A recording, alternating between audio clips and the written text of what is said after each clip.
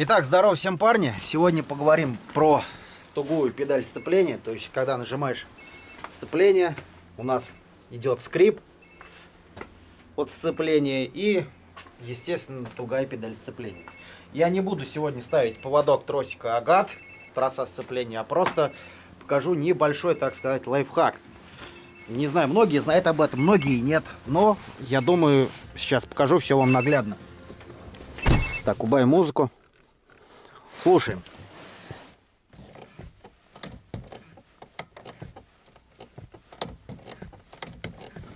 Вот такой вот звук, значит, у нас присутствует. Еще раз.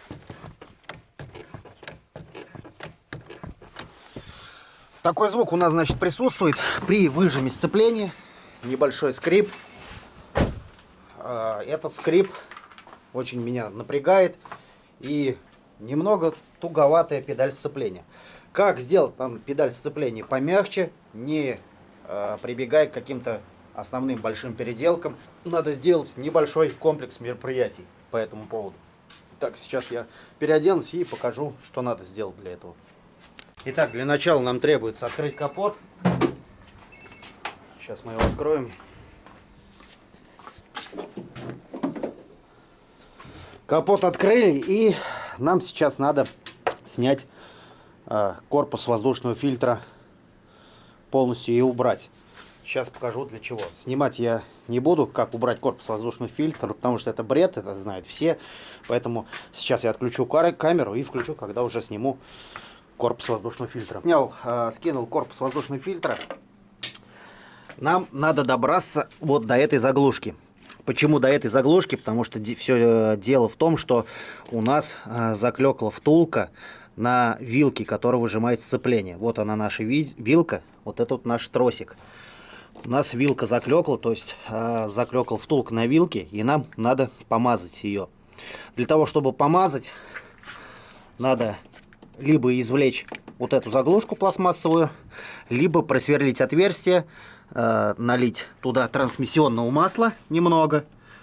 И уже потом, для того, чтобы закрыть отверстие, либо можно завернуть какой-то болтик небольшой, либо можно заклеить. Но я в этом случае, пожалуй, просто вытащу пробку, эту заглушку, и просто налью туда немного трансмиссионного масла.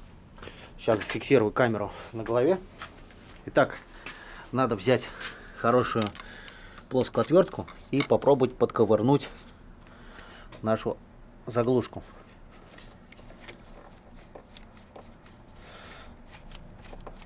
Тихонько, немного покачивая отверточкой. Немного обломилась, то что она пластмасса высохла. Итак, извлечь заглушку нам не удалось, потому что пластмассе уже 8 лет, и из-за температур она уже стала каменной. Поэтому при малейшем соприкосновении и ни малейшем усилии отвертки с пластмассой, пластмасса у нас, естественно, быстро откалывается. Поэтому сейчас немного просверлили отверстие в этой заглушке.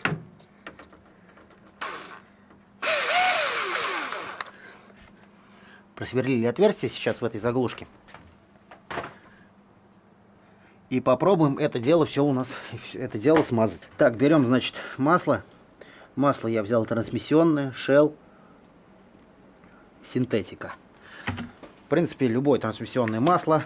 В данном случае у меня Shell синтетика, которая залита в коробке. Возьмем, значит, баян, то есть шприц.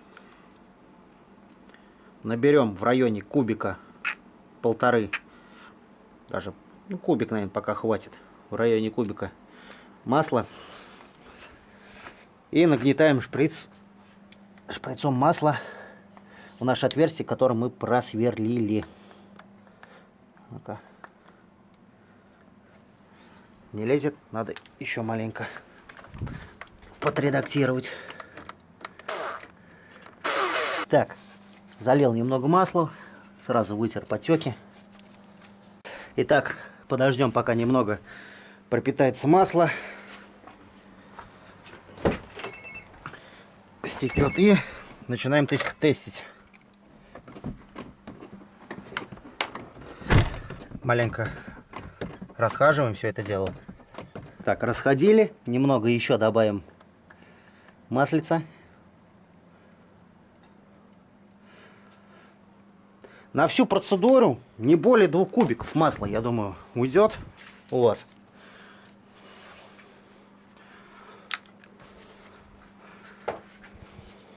Еще раз попробуем. Машина постояла немного. Сцепление уже намного мягче стало.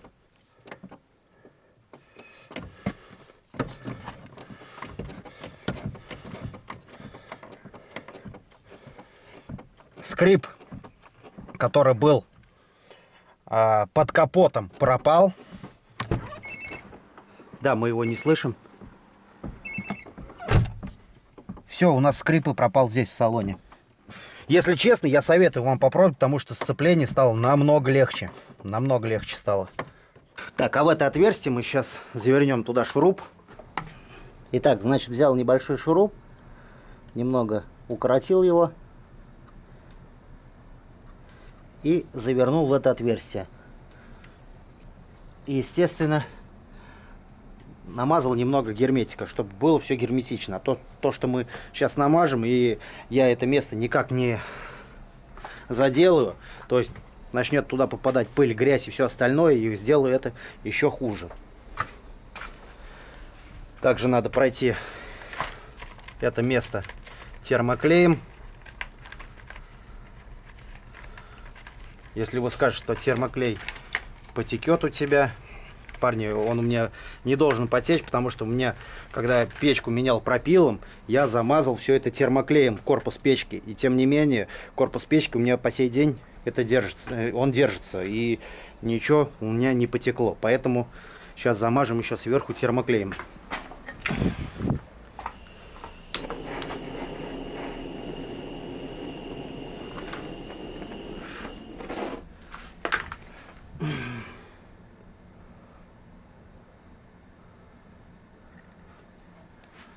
Вот как-то вот так.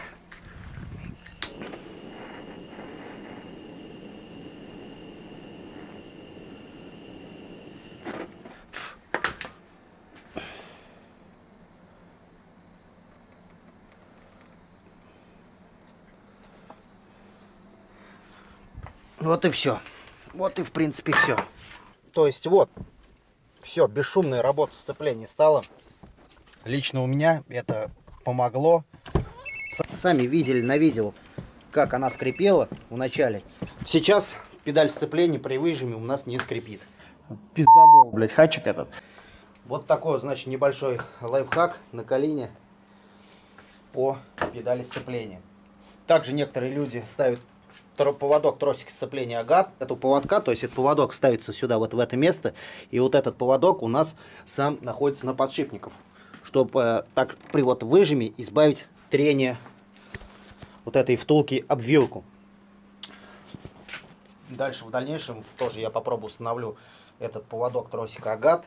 Но пока сейчас вот были вот такие вынужденные меры, потому что уже невозможно, педаль сцепления у меня скрипит. Еду как на какой-то помойке. И вот такая вот была вынужденная мера. Тем не менее, как видно на видео, эффект от этого есть. Поэтому и советую я вам то же самое. Также кому-то, допустим, не помог вот этот способ. Даже, допустим, если помог, педаль стала намного легче, но скрип остался. Скорее всего, скрип это в педальном узле в салоне.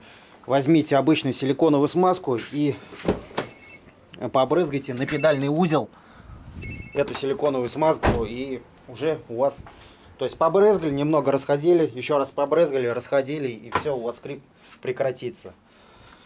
Ну, как-то вот так. То есть здесь мы брызгаем, здесь мы маслом нагнетаем на втулку, чтобы педаль стала намного легче, а там мы уже, если, допустим, у вас скрипит, там просто проникающей силиконовой смазкой забрызгали все это дело. Не надо ВДшку, возьмите обычную силиконовую смазку.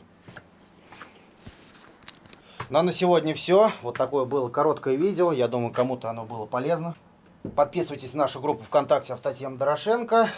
Не забывайте в ютубе подписываться, кто не подписан. Нажимайте колокольчик. Это оповещение о новом видео. А на сегодня все. Всем огромной удачи. И давайте всем пока. До скорого. Счастливо.